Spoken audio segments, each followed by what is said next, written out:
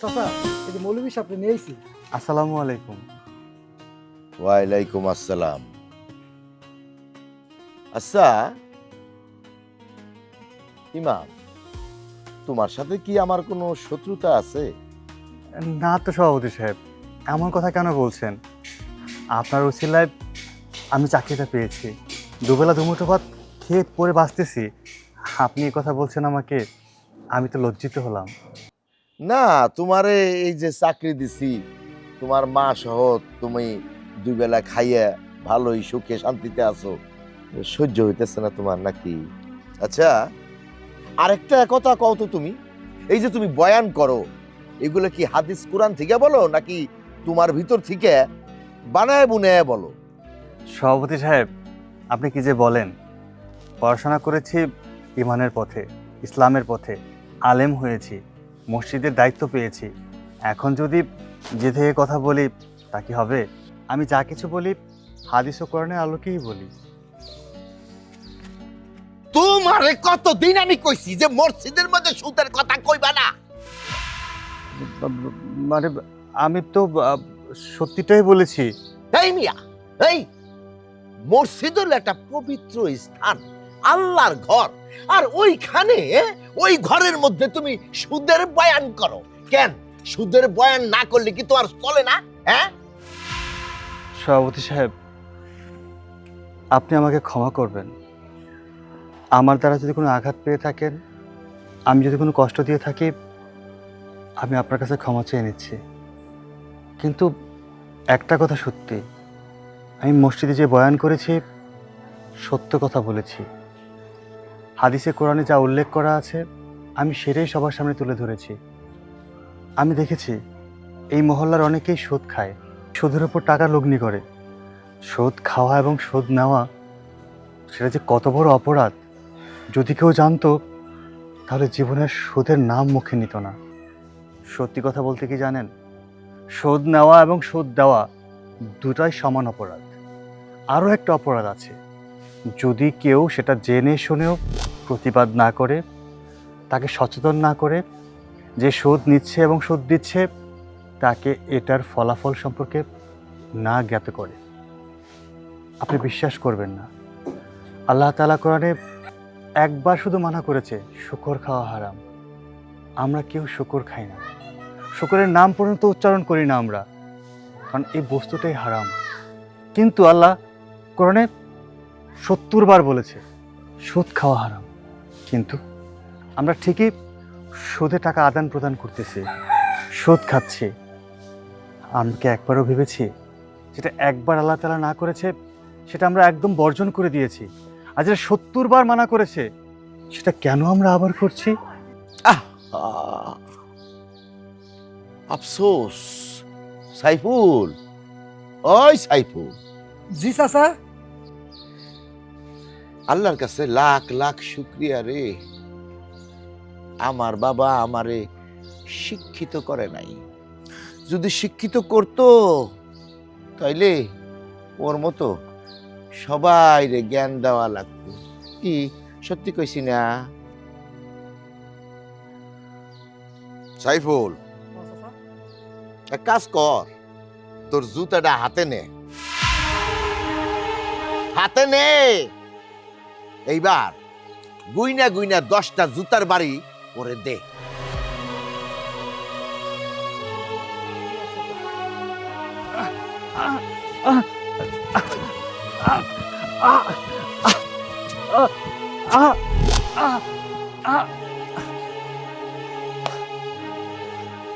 এইবার তুই যা, যেই কাম করতেছিলি সেই কাম কর।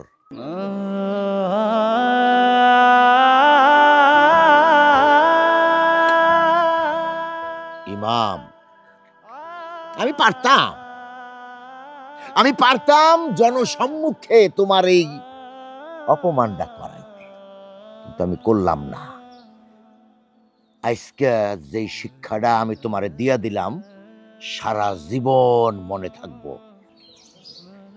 প্রতি অক্তে বয়ানের সময় আমার এই ঘটনা তোমার মনে পড়বে। কথাটা মাথায় ঢুকায় রাখো। এইবার যাও।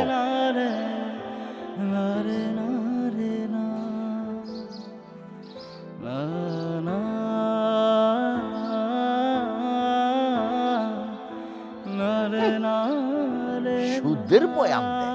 হ্যাঁ? আর এই সুদ একটা উপকারীর জিনিস, এই সমাজে গরিব দুঃখীর জন্য একটা উপকারী কাজ। আর শালা ইমামের বাচ্চা বয়ান মারায় সুদ খাওয়া হারাম। শালা ইমামের বাচ্চা আমারে শিক্ষা দেয়। আসসালামু আলাইকুম। ওয়ালাইকুম আসসালাম আম্মাজান। আব্বাজান, বেয়াদবি না নিলে একটা কথা বলতাম। হ্যাঁ, বলেন বলেন। আমি দূর থেকে দাঁড়িয়ে দাঁড়িয়ে দেখলাম আপনি ওই মৌলবীর সাথে অনেক খারাপ আচরণ করলেন। শুধু তাই না, আপনি ওনাকে জুতা পিটা পর্যন্ত করলেন। আব্বাজান, এই কাজটা করা কি আপনার উচিত হয়েছে? আম্মাজান, ওই ইমাম, ওনাকে আমি অনেকবার বারণ করেছি। ওনাকে আমি বলেছি এই মসজিদের মধ্যে আপনি ওই সুদের বয়ানটা কইরেন না, কারণ মসজিদ হচ্ছে আল্লাহর ঘর, পবিত্র এই স্থান। কিন্তু আম্মাজান উনি আমার কথা শোনেন নাই।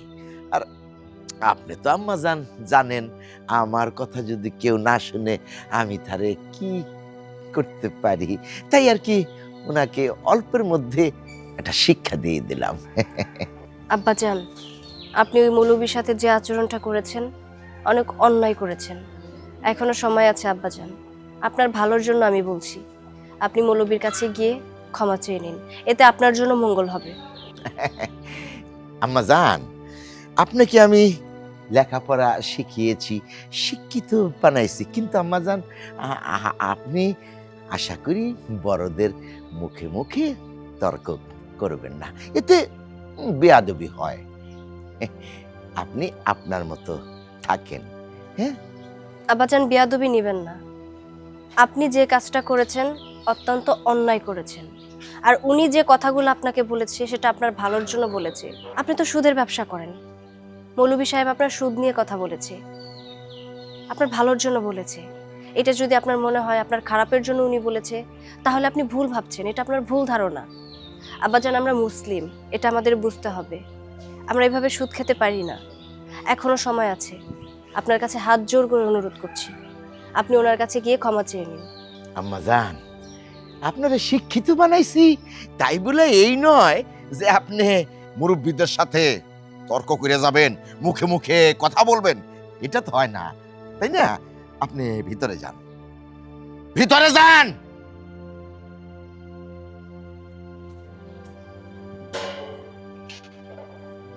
আসলে আমারই ভুল হয়েছে, লেখাপড়া শেখানো।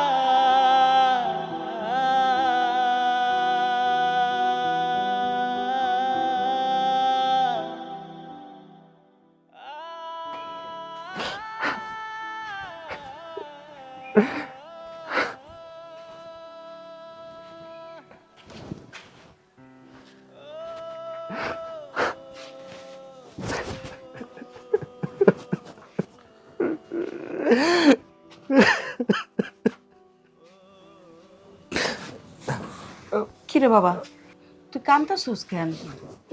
কই না মা, কাঁদতেছি না তো, এমনি খারাপ লাগতেছিল একটু। দেখ, মায়ের চোখে ফাঁকি দিবি? আমার কাছে ক, কি হয়েছে? তোমার কাছে কবু মা? বা তুমি তো সবসময় আমার আদেশ করছো সত্যের পথে চলতে, সবসময় আমাকে বলছো মিথ্যা না বলতে, সব সময় বলছো সত্য প্রচার করতে। আমি এলমে দিন শিক্ষা গ্রহণ করছি, আলেম হয়েছি। মাগো, আমি মসজিদে ইমামতি করি, পবিত্র কোরআনে আমি স্পষ্ট পাইছি সদা সত্যের পথে চলো, সত্য কথা বলো। আমাদের রাসূলও তো এই কথাই বলে গেছে। তাহলে মা আমি সত্য বললে আমার কি দোষ? তুমি জানো মা, আমি গত শুক্রবারে মসজিদে বয়ান করছিলাম সুদ খাওয়া হারাম, সুদ খাওয়া যাবে না। তার জন্য মসজিদের সভাপতি আমাকে তার বাড়িতে ডেকে নিয়ে আমাকে জুতা পেটা করছে মা, আমাকে জুতা পেটা করছে। আরে বোকা, তুই কাঁদতেছিস কেন? একটা কথা বলি, তুই মসজিদে বয়ান দিছস সবাইরে সৎ পথে আনার জন্য, যাতে সবাই নামাজ কালাম পড়ে, সত্য কথা বলে, কেউ সুদ না খায়। হ্যাঁ সবাই শুনছেও। হ্যাঁ মা। তার পরিবর্তে তোর জুতা পেটা করছে।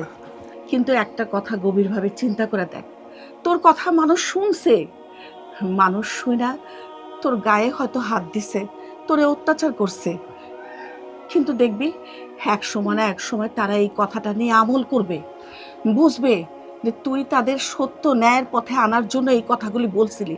এক সময় কিন্তু দেখবি তোর কথাগুলি অনুসরণ করে তারা ধর্মের পথে ফিরে আসবে। মা তুমি সত্যি কইতেছো মা? সত্যি একদিন সবাই ফিরে আইবো, সবাই সত্যের পথে চলবো মা? হ্যাঁ বাবা, আমি তো সেটাই চাই মা, আমি সেটাই চাই। সবাই যেন আমার মনের দুঃখটা বুঝতে পারে মা, সবাই যেন আমার মনের দুঃখটা বুঝতে পারে। ইয়াকুব 4,000 টাকা, তারপরে হইল করিমন বেগম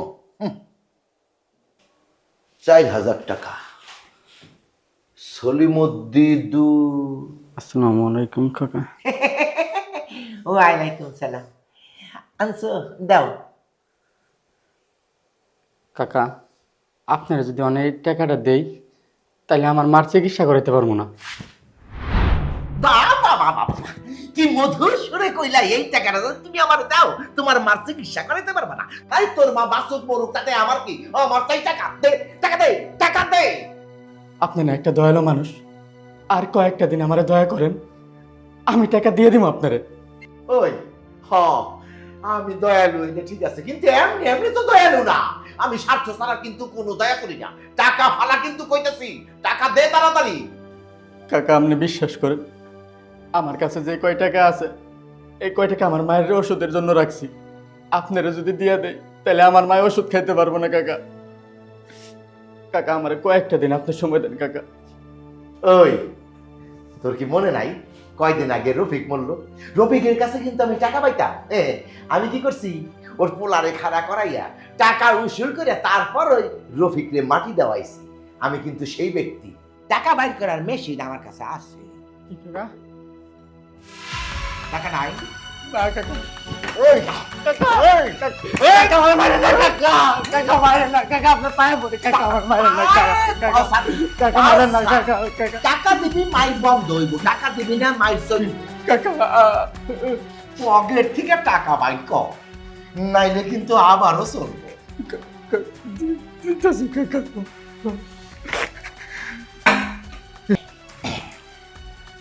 কাকা একটা কথা কই। তারা হিসাবে ভুল হইব।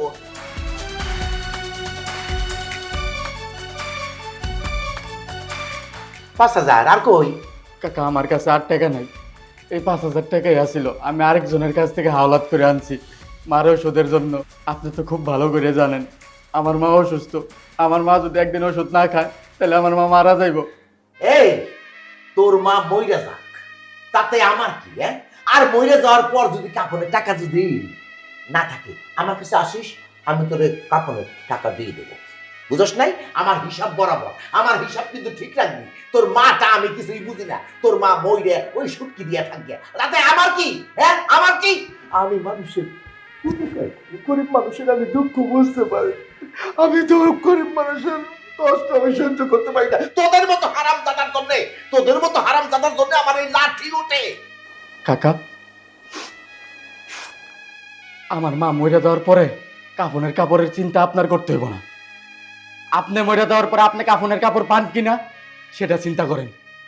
যা, তোর ওই অভিশাপে আমার কিছু হইব না, যা।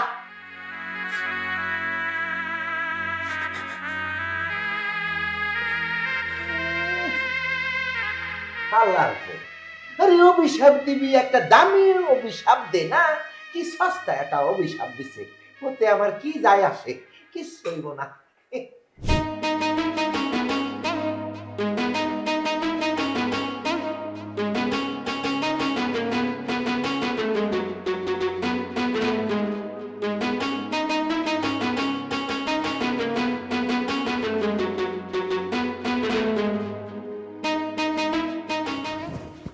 কোথায় দাঁড়াও।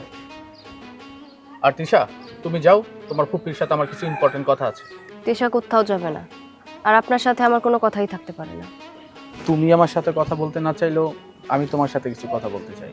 ঠিক আছে, বলুন কি বলবেন। দেখো, তুমি তো জানো আমি তোমাকে মন থেকে অনেক ভালোবাসি, তোমাকে বিয়ে করতে চাই, আর বিয়ের প্রস্তাবও দিয়েছি তোমাকে। এখন তো তুমি আমাকে কিছুই বলো নাই, তুমি কি বিয়েতে রাজি আছো কিনা বা না আছো সেটাও তো বলো নাই, সেই উত্তরটা আমি জানতে চাই।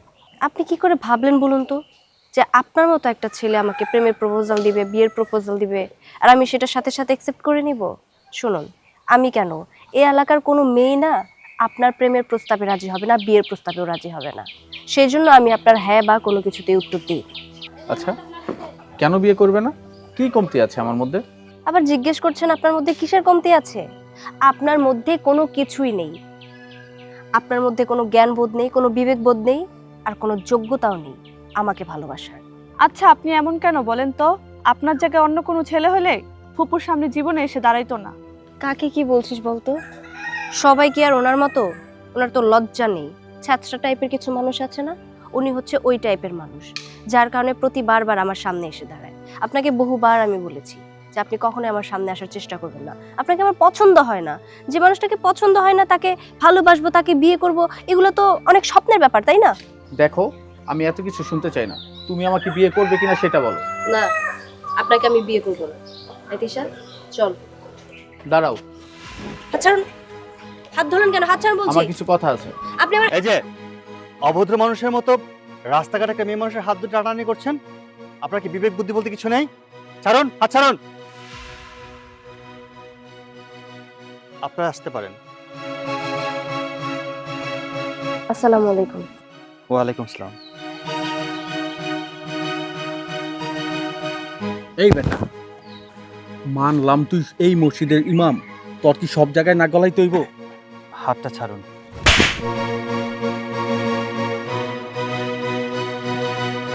ভাই, আপনার হাতে ব্যথা পাননি তো? আপনি জানেন আপনার শরীর আর আমার শরীর কিন্তু কোনো অংশ কারো কম নয়। আপনার শরীরে যতটুকু শক্তি, আমার মনে হয় তার চেয়ে বেশি হবে, কম হবে না। আমি চাইলেও কিন্তু আপনার কলারে ধরতে পারতাম, আমি চাইলেও দুই ঘা আপনাকে মারতে পারতাম, কিন্তু আমাদের ইসলাম আমাকে এই শিক্ষা দেয়নি।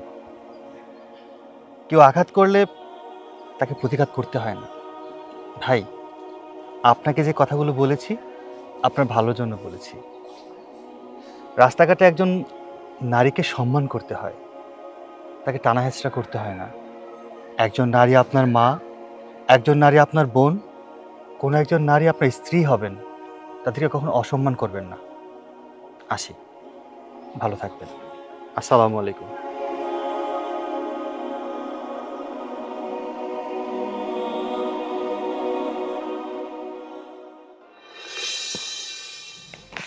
এক, দুই, তিন। দাদা ভাই, হ্যাঁ প্যারের ডার্লিং, বলো কিসের জন্য আমার কাছে আসিয়াছো? দাদা ভাই, তুমি আমাকে দেখে প্রতিদিন টাকা লোকাও। আমি তো তোমার টাকা নিতে আসি নাই, টাকা সামনে আনো। কি কথা বলবি বল। আমি আর ফুপু যখন বাহিরে গেছিলাম তখন একটা রাস্তায় একটা লুচ্চা বেটা আমাকে ডিস্টার্ব করছে। কি? একটা পোলা তো ওগুলোকে খারাপ ব্যবহার করছে? কোন পোলা? বাড়ি কোথায়? কি করে? নাম কি? কে আবার? আমগো গ্রামের ওই যে একটা ফাত্তা পোলা আছে না, আপন, ওই আপন আপন নাকি আবার আমার ফুপুরে বিয়া করব। আপন? আপন? হ্যাঁ, আপনের বাপ সারা জীবন আমার গুদামে চাকরি করলো, আর ওর পোলা আপন আমার মাইয়ারে বিয়ের প্রস্তাব দেয়, ডিস্টার্ব করে। হ্যাঁ, প্রেম প্রীতি ভালোবাসা, ওর প্রেম প্রীতি ভালোবাসা ডুয়াই দেবো। হ্যাঁ, তারপর কি হইলো? তোরা কিছু কষ্টাই? আমরা আর কি করবো দাদা? ওই যে আমাদের গ্রামের ইমাম সাহেব আছে না, ইমাম সাহেব আসলো, আইসা আমাদেরকে বললো তোমরা চলে যাও। উনি সুন্দরভাবে সব সামলাই নিল। ও ইমাম সাহেব চলে আইছিল। আচ্ছা ঠিক আছে, শোন তুই এক কাজ কর, তুই যা অথৈরে পাঠাই দে, যা।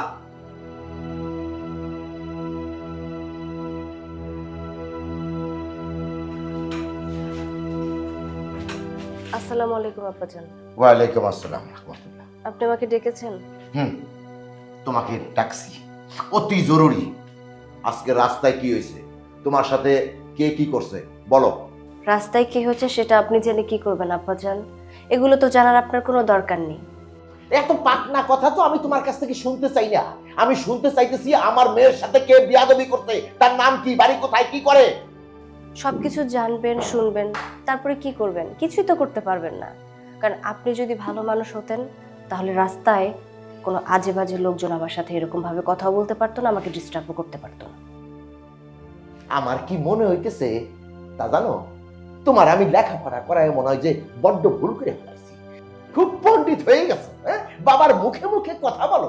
আমার মতো যদি মূর্খ হইতা তাহলে আর এইভাবে আমার চোখে চোখে চোখ রেখে কথা বলতে পারতা না। হ্যাঁ, একদম ঠিক কথা বলেছেন। যদি আপনার সাইড থেকে আমি বলি তাহলে আপনি আমাকে লেখাপড়া করিয়ে অনেক বড় ভুল করেছেন।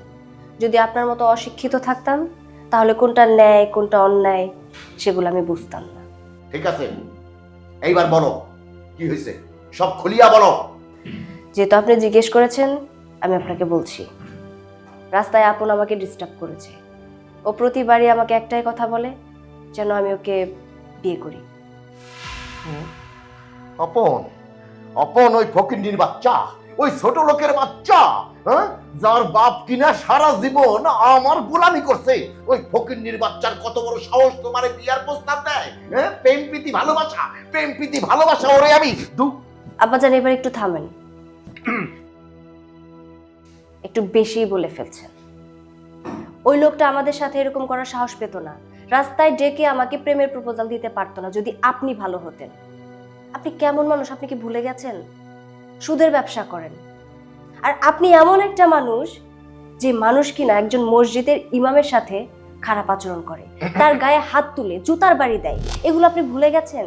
আপনি যদি এই কাজগুলো করতে পারেন তাহলে রাস্তার মানুষ আমার সাথে এই ধরনের আচরণ করবে, এটাই তো স্বাভাবিক, তাই না? আবাজান একটা কথা শুনুন, মসজিদের ইমাম সাহেব এরা কিন্তু খুব ভালো মানুষ। বিশেষ করে ওই ইমাম সাহেব খুবই ভালো মানুষ। ওনার হাদিসি কথা শুনে কিন্তু অনেক মানুষ ভালো হয়ে গেছে, অনেক মানুষ খারাপ পথ থেকে ভালো পথে ফিরে এসেছে। আর আপনি তো ওনার কথা শুনবেন পরের কথা। আপনি ওনার গায়ে পর্যন্ত হাত তুলেছেন, আপনি ওনাকে অপমান করেছেন, যে কাজটা আপনার দ্বারা একদম উচিত হয়নি। আমি আপনার কাছে হাত জোর করে আবারও অনুরোধ করছি, আপনি ওই ইমাম সাহেবের কাছে ক্ষমা চেয়ে নিন, এতে করে আপনার জন্য মঙ্গল হবে। আমি তো ভালোই আছি, আমি কিন্তু অসুস্থ না, আমি ভালো আছি, আমি সুস্থ মানুষ। তোমার জ্ঞান দিতে হবে না, তুমি তো ওয়াজ শুরু করে দিছো। হ্যাঁ আব্বাজান, এখনো সময় আছে, ভালো হয়ে যান। ভালো হতে পয়সা লাগে না। আপনি যদি ভালো হয়ে যান এতে করে আপনাকেও মানুষ সম্মান দিবে, সাথে আমাদেরও দিবে। শুধু এইটুকুই বললাম আপনাকে।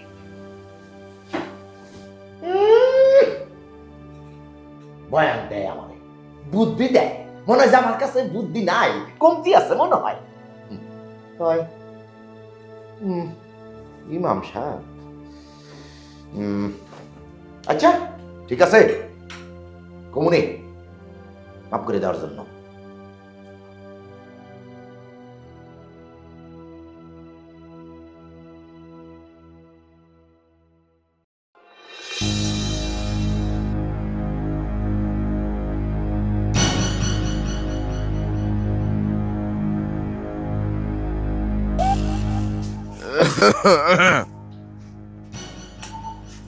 আসসালামু আলাইকুম। ওয়ালাইকুম আসসালাম। সভাপতি সাহেব হঠাৎ কি মনে করে আমগো বাড়িতে আজকা? তোমার ভাই কোথায়? ও তো একটু বাইরে গেছে। তোমার ভাই আমার মেয়েকে যেখানে সেখানে ডিস্টার্ব করে, আমার মেয়ের পিছনে লাগছে, ওর এত বড় সাহস! আসলে ও ছোট মানুষ তো, ছোট মানুষ তো অনেক ভুলই করে। ওনার একটা ভুল করে ফেলাইছে, আজকাল মতো ওরে মাফ করে দেন। ও ছোট মানুষ, নাকে টিপ দিলে দুধ বাইরে হইব, তাই না? কত বড় কইজা ওর! আমার মেয়েরে রাস্তায় দাঁড়াইয়া বিয়ের প্রস্তাব দেয়? হ্যাঁ, বামন হইয়া চাঁদে হাত দিতে চায়? একটা সুযোগ দেন, আমি ওর কয়ে দিব যে আপনার মেয়েরা যে তারা একবারের জন্য ডিস্টার্ব না করে। না, ভুল যেহেতু তোমার ভাই করছে, শাস্তি তো ওরে পাইতেই হইব। তোমার ভাই যতক্ষণ না আসে ততক্ষণ আমি এই জায়গা দাঁড়ায় থাকো। তোমার ভাই আসলে ওরে শাস্তি দিয়া তারপরে আমি যাবো। আপনি বিশ্বাস করেন আমার কথা? এরপরে যদি কিছু করে আপনি আমারে আর আমার ভাইরে যা শাস্তি দিবেন আমরা মাইনা নিব। এই, তোমার ওই কান্নাকাটিতে আমার মন গলবো না বা কোনো লাভও হইব না।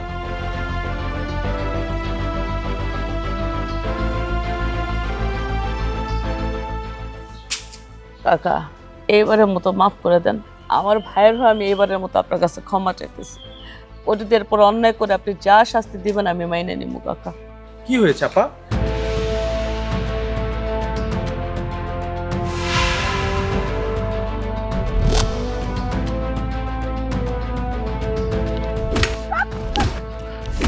কি হয়েছে?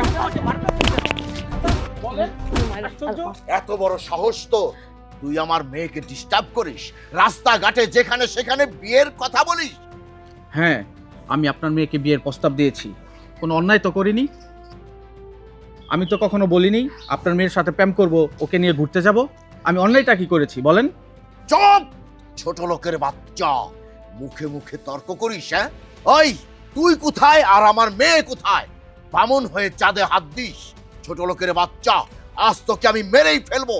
কত বড় সাহস তুই আমার মেয়েকে ডিস্টার্ব করিস? একটিবার ভাবিস না ও কার মেয়ে? কেন, আপনি কি আপনার মেয়েকে বিয়ে দিবেন না? আমার কাছে বিয়ে দিলে অসুবিধা কোথায়? নাকি আপনার মেয়েকে ঘরে বন্দি করে রাখবেন? দেখো দেখো, তোমার ভাইয়ের কত বড় স্পর্ধা, আমার মুখে মুখে কথা বলছে। কাকা, আমি আপনার কাছে হাত জোড় করতেছি। ও ছোট মানুষ, এই জন্য ভুলভ্রান্তি কথা বলতেছে কাকা। আপনি আমার দিকে তাকায় হলো ওর শেষবারের মতো মাফ করে দেন। ওর কি করতে হয় সেটা আমি দেখতেছি। এরপরে যদি কথা না শুনে আপনি যে শাস্তি দিবেন আমি মাথা পেতে নিব কাকা। শোনো, আমার সামনে এসে কেউ যদি কথা বলে ওর মুখ আমি চিরতরে বন্ধ করে দিই। কিন্তু আজ শুধু তোমার জন্য আমি ওকে ছেড়ে দিলাম। দ্বিতীয়বার যদি আমার মেয়ের দিকে ও চোখ তুলে তাকায়, শুধু ওর চোখ না, ওর জীবনটাই আমি শেষ করে ফেলবো। কথাটা মাথায় রাখিস।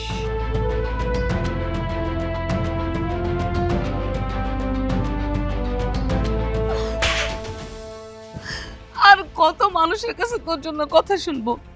কামাই রুচি তো কিছু করস না। আজকে তোর কারণে আজকে এতগুলো কথা আমাকে শুনতে হইলো। তুই মরতে পারস না? তোর কারণে আমার ঘরে অশান্তি লেগে যাইতেছে। আল্লাহর রাস্তায় তুই আমারে মাফ কর।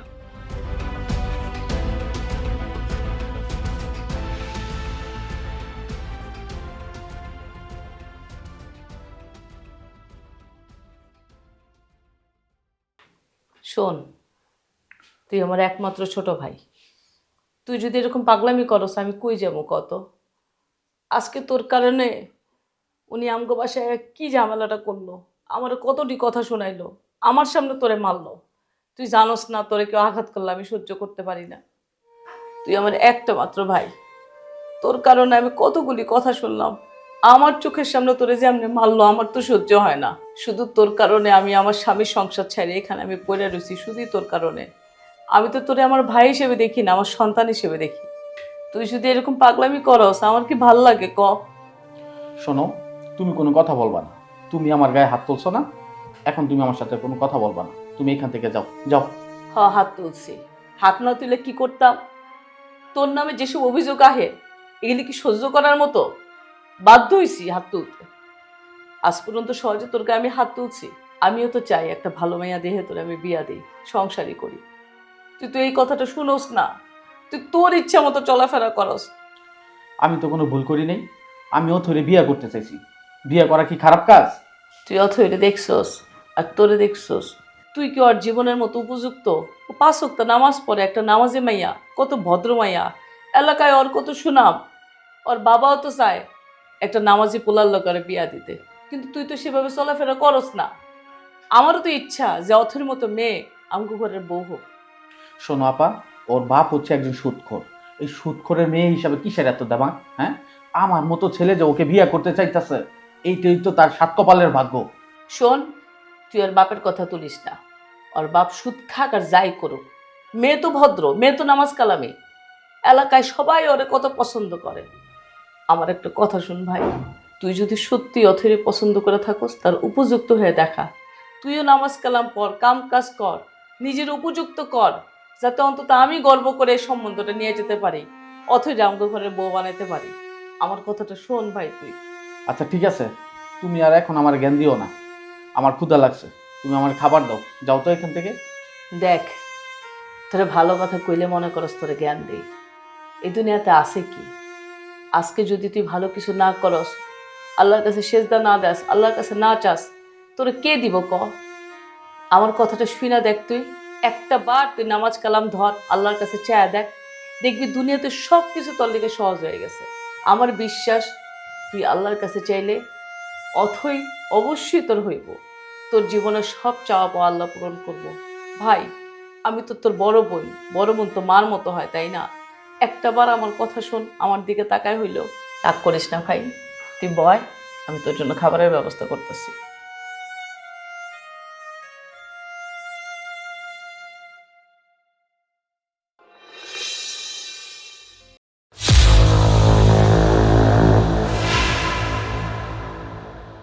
তুই একজন ইমামের গায়ে হাত তুলেছিস, সেই পাপের শাস্তি তোকে ভোগ করতেই হবে। তোকে জাহান্নামের সাপ সবল দেবে।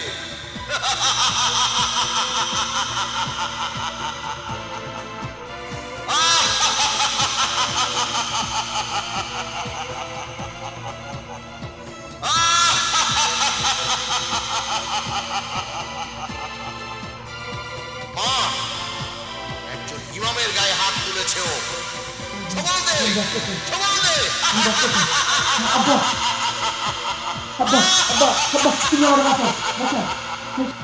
আপু, আপু তুমি আমাকে বাঁচো, আমি বাঁচতে চাই। আপু, আপু আমাকে বাঁচো। সব সব ভাই! আমাকে মেরে ফেলো। ভাই কি হইছে তোর? সব ভাই সব সব কই? কোন জায়গায় সাপ? কই? আমি এই যে সব, এই যে সব, সব আপু এখানে সব, এখানে সব, ওইখানে সব, সব জায়গায় সব। ভাই, তুই এই জায়গায় সাপ কই পেলি? এনে কোনো সাপ নাই। দেখ, আমি তোর বোন, আমি তোর বোন, আমার দিকে তাকা। না না আপু, আপু সব সব, তুমি এসো না, সব। কই? কই সাপ? আমি না না, কেউ একজন এসে আমারে বুকের মধ্যে বলছে যে আমি ইমামের গায়ে হাত দিছি, সেই জন্য আমাকে সাপ কামড় দিবে। চারদিকটা শুধু সাপ আর সাপ। আপু আমি মরে যাবো, আমার মাইনা লাগবো। ভাই, তুই ভয় পাস না, আমি আছি। আমি বুঝছি তুই ইমাম সাহেবের গায়ে হাত দিছস, এই জন্য আজকে তোর এই পরিণতি। একজন ইমাম সাহেব আল্লাহর প্রিয় বান্দা এবং রসুলের খাঁটি উম্মত। তুই কাজটা ভালো করস নাই ভাই। এবার বুঝছস, আমি তো তোরে বারবার কই নামাজ পড়, নামাজ পড়।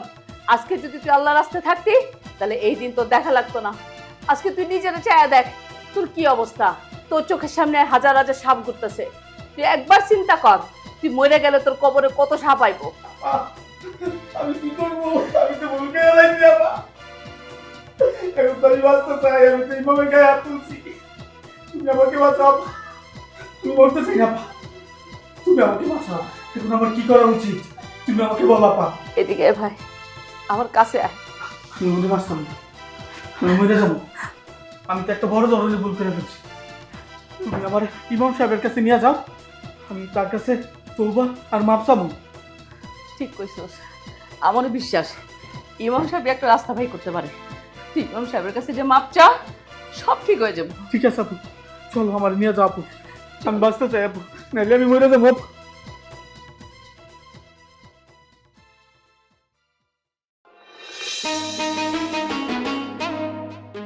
ইমাম সাহেব, ইমাম সাহেব বাসায় আছেন? আসসালামু আলাইকুম। আসসালামু আলাইকুম। ওয়ালাইকুম সালাম। আপনারা কি ব্যাপার? ইমাম সাহেব কি বাড়িতে আছেন? ও ও তো বাসায় নাই, একটু বাইরে আছে। ইমাম সাহেবকে আমার খুব দরকার ছিল, উনি কখন বাসায় আসবে? আচ্ছা ঠিক আছে, চলো ঘরে গিয়ে বসো, ও হয়তো এখনই চলে আসবে। আম্মা, আসসালামু আলাইকুম। আপনারা এত রাতে আমাদের বাড়িতে কি ব্যাপার? ইমাম সাহেব, ও আমার ছোট ভাই। ও একটা বাজে স্বপ্ন দেখছে, তার জন্য আপনার কাছে ও তওবা করতে আসছে। আসলে সত্যি ইমাম সাহেব, আমি আপনার সাথে যেই অন্যায়টা করছি সেটা আমি বুঝতে পারছি। আমি বিরাট বড় অন্যায় করে ফেলছি, তাই আপনার কাছে আসছি তওবা করার জন্য। আপনি আল্লাহর হস্তে আমার মাফ করে দেন আর আমাকে তওবা করে দেন। আজকের পর থেকে এরকম কোনো বাজে কাজ আমি আর করব না। ভালো কথা, আপনি তওবা করতে যাচ্ছেন। আপনি সত্যি অনেক ভাগ্যবান। আল্লাহ তাআলা আপনাকে সত্যের পথে আহ্বান করেছেন। আসুন আপনাকে তওবা করাই। মা, তুমি একটু এদিকে আসো তো। ভাইজান আসেন, আপনার হাতটা দিন আমার হাতের উপর, 2 হাত দিন। পড়ুন আমার সাথে, আস্তাগফিরুল্লাহ আস্তাগফিরুল্লাহ আস্তাগফিরুল্লাহ আস্তাগফিরুল্লাহ রাব্বি রাব্বি মিন কুল্লি মিন কুল্লি জামবিউ জামবিউ ওয়া আতুবু ইলাইহি ওয়া তুবু ইলাই লা হাওলা লা হাওলা ওয়ালা কুওয়াতা ওয়ালা কুওয়াতা ওয়ালা কুওয়াতা ইল্লা ইল্লা বিল্লাহি আলিয়ুল আযীম। আলিয়্যুর রাজিম। আমিন। আমিন। আল্লাহ তাআলা আপনাকে অবশ্যই ক্ষমা করে দেবেন। আপু, আপনি আপনার ভাইকে নিয়ে যেতে পারেন। এবার তাহলে আজকে আমরা আসি। ঠিক আছে। আসসালামু আলাইকুম। ওয়ালাইকুম ওয়ালাইকুম সালাম। মা, তুমি দেখেছো আল্লাহ তাআলা কখন কাকে হেদায়েত করে কারো কোনো বোঝার ক্ষমতা নেই, তাই না? দেখেছিস বাবা, তোকে আমি সেদিন বলেছিলাম না, দেখবি আজকে যারা তোর বিরুদ্ধে, আগামীতে ওরা ওদের নিজের ভুল বুঝতে পারবে, একসময় ঠিকই তোর কাছে এসে ক্ষমা চাইবে। সত্যি মা, মায়ের কথা কখনো বিফলে যায় না, সত্যি। চলো ভিতরে চলো, চল অনেক খিদে বাবা। পেয়েছে।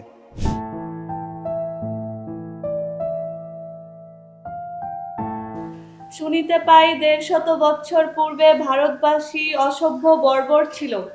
এই 150 বৎসর হইতে একটু ভালোভাবে পড়তে হবে। আসসালামু আলাইকুম। ওয়ালাইকুম আসসালাম। আপনার চা? আপনি এখানে চা নিয়ে আসছেন কেন?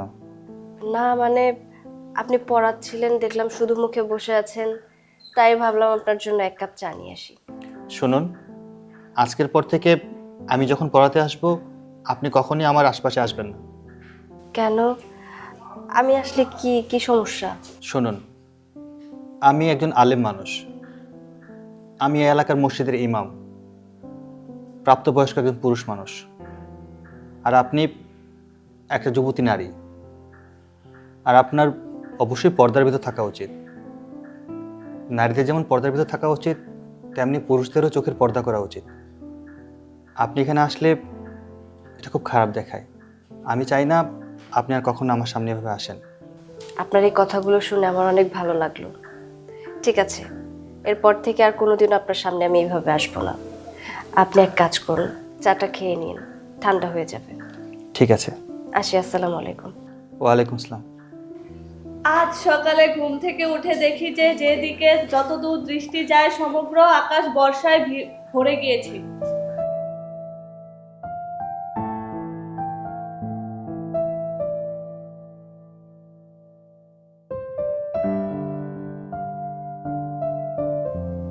আসসালামু আলাইকুম সভাপতি সাহেব। ওয়ালাইকুম আসসালাম। আমার পড়ানো শেষ, আমি বাসায় চলে যাচ্ছি। দাঁড়াও, তুমি আমার নাতিনদের পড়াইতেছো, ভালো কথা, কিন্তু ওই লেখাপড়ার মধ্যেই কিন্তু থাইকো, হ্যাঁ, ভালো করে আমার নাতিনদের লেখাপড়া শিখাইবা। চোখ কিন্তু আবার ডাইন বাম যেন না হয়। ছি ছি ছি, আস্তাগফিরুল্লাহ আস্তাগফিরুল্লাহ, তওবা। আপনি সব কি বলছেন? আমি একজন হুজুর মানুষ, আমি ইলমিদিন শিক্ষা করেছি, মাদ্রাসায় পড়াশোনা করেছি, আমার মা আমাকে আদর্শ শিক্ষা দিয়েছে। আমি কখনো এরকম অনৈতিক কাজ করতেই পারি না। আমি ভালো করেই তো জানি তুমি আরবি শিখাইতেছো, তুমি একজন হুজুর মানুষ, তোমার চরিত্র ফুলের মতো পবিত্র, এটা আমি ভালো করেই জানি, কিন্তু মাঝে মধ্যে কিন্তু ওই ফুলের মতো চরিত্র অপবিত্র হয়ে যায়, বুঝছো? সেই দিকে কিন্তু লক্ষ্য রাখো, এই জন্য আগে থেকে তোমার শোনাই দিলাম। দেখুন, আপনি নিশ্চিন্তে থাকতে পারেন, আমার দ্বারা কখনোই এসব কাজ হবে না। না করলেই ভালো। এই শোনো, আমি কিন্তু সহজে কাউরে টাকা দেই না। আমার কাছ থেকে টাকা নিতে হইলে অনেক কায়দা কৌশলে আমার কাছ থেকে টাকা নিতে হয়। আমি সিদ্ধান্ত নিছি তোমারে আমি অগ্রিম টাকা দিতে চাইছি। দাঁড়াও, কোন পকেটে?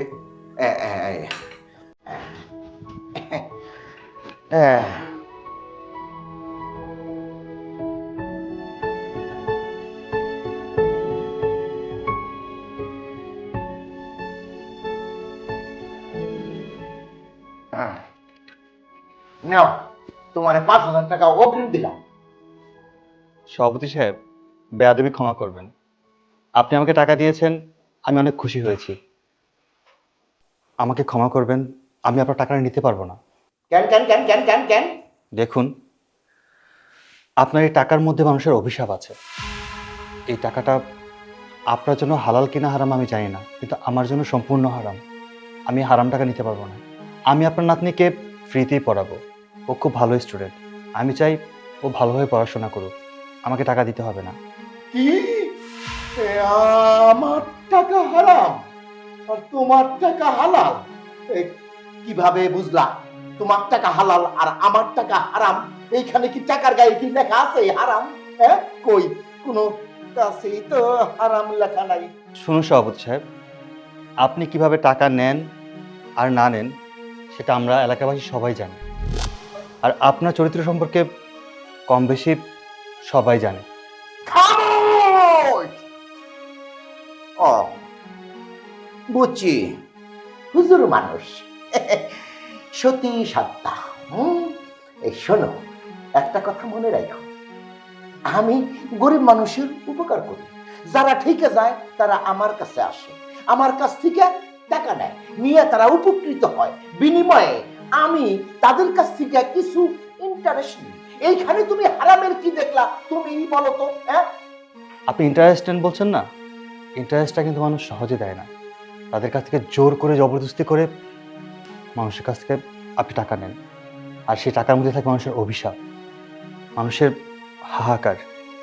আমি আপনার টাকা নিয়ে অভিশপ্ত হতে পারবো না। কি? আমার টাকা নিবা না? আমার টাকা হারাম আর তোমার টাকা হালাল? হ্যাঁ, হাদিস মারাইতেছো, বয়ান দেওয়া মারে, ওয়াজ, তোমার ওয়াজ আমি ছুটাইতেছি। আমার টাকা নিবা না, আমারে অপমান।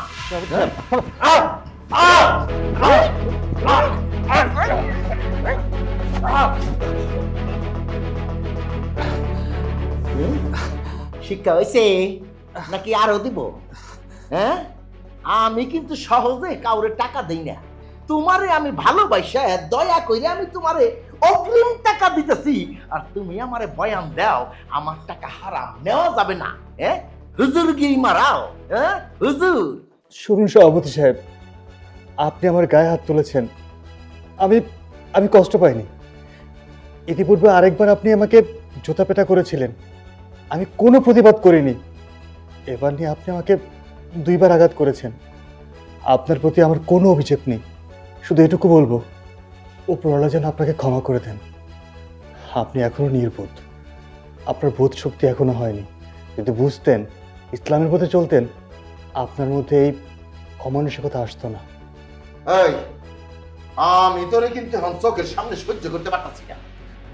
বাইরে, আমার ঘরের থেকে বাইরে, বাইরে কইতাছি, বাইরে রাস্তাকে। গাও কত শক্ত রে, হুজুর পরের বাড়ি খাইয়া খেয়ে শরীরের মধ্যে শক্ত শক্ত বানাইছে হারামজাদা। হাত ব্যথা হয়ে গেছে।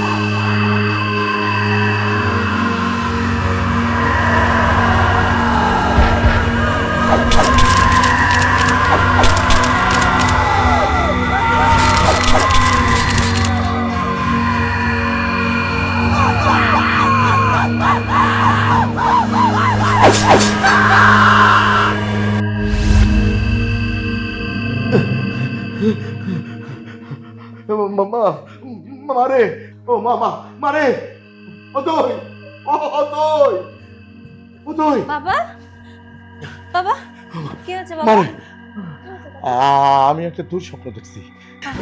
আমি আমি আর সুদ খাবো না, আমি আর কোনো মানুষের সাথে খারাপ ব্যবহার করব না।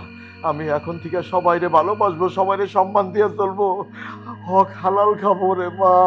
আমি বুঝছি আমার মরণের পর যে কি হইব রে মা, আমি স্বপ্নে সব দেখছি মা। মারে মা, আমার সমস্ত পাপ কুকর্ম আমার সামনে আইছে, একেবারে টেলিভিশনের মতো আমি সব দেখতেছি। জাহান্নামের আগুন, কি বড় বড় সাপ এরকম ফনা ধরে আমার দিকে এরকম এরকম সবল দিতেছে। আমি মরতেছি না, আমারে আমারে লোহার করার দিয়া ফাড়তেছে, আমি দুই ভাগ হয়ে যাইতেছি। জাহান্নামের আগুনের মধ্যে আমি পড়তেছি রে মা। মা, আমি বুঝতে পারছি আমি আর কোনো অন্যায় কাজ করব না, আমি আর সুদে টাকা লাগাবো না। আব্বাজান, এবার আপনি বুঝতে পেরেছেন আল্লাহ তাআলা আপনাকে কেন এই স্বপ্নটা দেখিয়েছে? আল্লাহ তাআলা চায় তার বান্দা যতই খারাপ হোক না কেন, কোনো না কোনো উসিলায় যেন তার বান্দা ভালো হয়ে যায়। সেই জন্য আল্লাহ তাআলা আপনাকে আজকে এই বাজে স্বপ্নটা দেখিয়েছে, যেন আপনি দিনের পথে ফিরে আসেন, ভালো হয়ে যান, সুদ ছেড়ে দিন, সবসময় হালাল পথে থাকার চেষ্টা করেন। আরে মা, আমি হুজুরের কাছে যাবো, হুজুরের কাছে যাই আমি তওবা করব, আমি ক্ষমা চাবো। আমি ভুল করছি। আল্লাহ আল্লাহ আমার একটা সুযোগ দেন, আমারে ভালো হয়ে যাওয়ার একটা সুযোগ দেন আল্লাহ। আমি আমি আর খারাপ পথে থাকবো না, কুকর্ম করব না, কোনো পাপের কাজ করব না। আমি আমি হুজুরের কাছে যাই, আমি তওবা করে আসি। আল্লাহ আল্লাহ আমারে মাফ করে দাও, আল্লাহ আমারে মাফ করে দাও। আমি আর এই কাজ করব না। আল্লাহ আল্লাহ আল্লাহ আল্লাহ। এবার অন্তত আল্লাহ তাআলা আমার বাবাকে হেদায়েত দান করুক। চল ঘুমাবো। ইমাম সাহেব, ইমাম সাহেব, ইমাম সাহেব। আসসালামু আলাইকুম সভাপতি সাহেব। ওয়ালাইকুম আসসালাম। কোনো সমস্যা? ইমাম সাহেব, ইমাম সাহেব, আমি স্বপ্নে খুব খারাপ দেখছি। কি দেখেছেন? কি হয়েছে? আমাকে একটু খুলে বলুন তো। আমি দেখতেছি আমারে দোজখের আগুনে পুড়াইতেছে, কিন্তু আমি পুড়তেছি না। কিন্তু যন্ত্রণা, সে যে কি যন্ত্রণা ইমাম সাহেব, আমি এটা ভাষায় প্রকাশ করতে পারবো না। দোজখের আগুন খাখা খাখা করে চলতেছে। আমি বুঝতেছি ইমাম সাহেব, আমার পাপের ভরা পূর্ণ হয়ে গেছে। এতই পাপ করছি, এখন আর পাপ রাখার জায়গা নাই। আমারে আমারে আপনি মাফ করে দেন, আমারে তওবা পড়ান। আমি এখন থেকে সৎ পথে ইনকাম করব, সৎ খাবো, আর কখনো কুকর্মে আমি লিপ্ত হব না, মানুষের সাথে খারাপ ব্যবহার করব না, মানুষের সম্মান দিয়ে চলবো। আপনি আমারে তওবা করান, আপনি আমার মাফ করে দেন, আমি আপনার পায়ে পড়ি। আরে আরে সভাপতি সাহেব, আপনি আমার কাছে কেন ক্ষমা চাইতেছেন? আমার কাছে ক্ষমা চাইতে হবে না, বরঞ্চ আপনি আল্লাহ তাআলার কাছে ক্ষমা চান, যিনি আপনাকে বুঝিয়ে দিয়েছেন যে আপনি পাপ করছেন, পাপের পথ থেকে ফিরে আসুন। সত্যি আপনি অনেক ভাগ্যবান। আল্লাহ তাআলার কাছে শুকরিয়া আদায় করুন, আল্লাহু আকবার বলে ডাকুন। আপনাকে যে সুযোগ আল্লাহ তাআলা করে দিয়েছেন, সচরাচর এমন সুযোগ কেউ পায় না। দেখুন তো, আপনি যে পরিমাণে পাপ করেছেন, যদি আজকে স্বপ্নে না দেখে আপনি মৃত্যুবরণ করতেন, এই পাপের শাস্তি কিন্তু আপনাকে সত্যি সত্যি পেতে হতো। আজকে আপনি স্বপ্নে দেখেছেন, আজকে আপনি যে স্বপ্ন দেখেছেন, এই স্বপ্ন দেখে কিন্তু আপনি নিজের ভুলটা বুঝতে পেরেছেন। এই সুযোগটা কজন পায়? এখন থেকে আপনি তওবা করুন, ঈমান ও আমলের পথে চলাফেরা করার চেষ্টা করুন, দেখবেন সব গুনাহ আল্লাহ ক্ষমা করে দিবেন। আল্লাহ হচ্ছে অসীম দয়ালু। আপনি কি জানেন আল্লাহ তাআলার এত দয়া যেটা আসলে প্রকাশ করার মতো না। আল্লাহ তাআলার হৃদয়ে যে দয়াটা আছে, সেটাকে 7 বার দৌত করে ঠিক জাররা পরিমাণ মায়ের বুকে দিয়েছে। একটা সন্তান যদি কান্না করে, কোনো মা সহ্য করতে পারে না, আর তার চেয়ে 70 গুণ বেশি মায়া আমার আল্লাহ তাআলার আছে। আপনি আল্লাহ তাআলার কাছে ক্ষমা চান, আল্লাহ তাআলা অবশ্যই আপনাকে ক্ষমা করে দিবেন। আর এমনভাবে মনোযোগ দিয়ে ইবাদত করবেন আল্লাহকে ডাকবেন যেন কোনো দিন শয়তানের অসহাসা আপনাকে ধাবিত করতে না পারে। হ্যাঁ ইমাম সাহেব, আমি এখন থেকে এমনভাবে ইবাদত করব শয়তান আমার কাছে ফিরতে পারবে না। আমি সদা সর্বক্ষণ আমার শরীর পবিত্র রাখবো, আমিন। আর জামাতের সহিত সবসময় আমি নামাজ পড়ব। হ্যাঁ, আর এখন থেকে তাহাজ্জুদ নামাজটাও পড়বেন। ইনশাল্লাহ, আপনি শুধু আমার জন্য দোয়া করবেন। ফি আমানিল্লাহ। আল্লাহ আপনাকে কবুল করুক। আমিন। তাহলে ইমাম সাহেব আমি আসি। জি, আসুন। আসসালামু আলাইকুম রহমতুল্লাহ। ওয়ালাইকুম সালাম রহমতুল্লাহ বারাকাত। আল্লাহ আল্লাহ আল্লাহু আকবার। আল্লাহ। হে আল্লাহ, সত্যিই তুমি মেহেরবান। তুমি কাকে কখন কবুল করে নাও, তোমার লীলা বোঝা বড় দায়। লা ইলাহা ইল্লাল্লাহু মুহাম্মাদুর রাসূলুল্লাহ সাল্লাল্লাহু আলাইহি ওয়াসাল্লাম।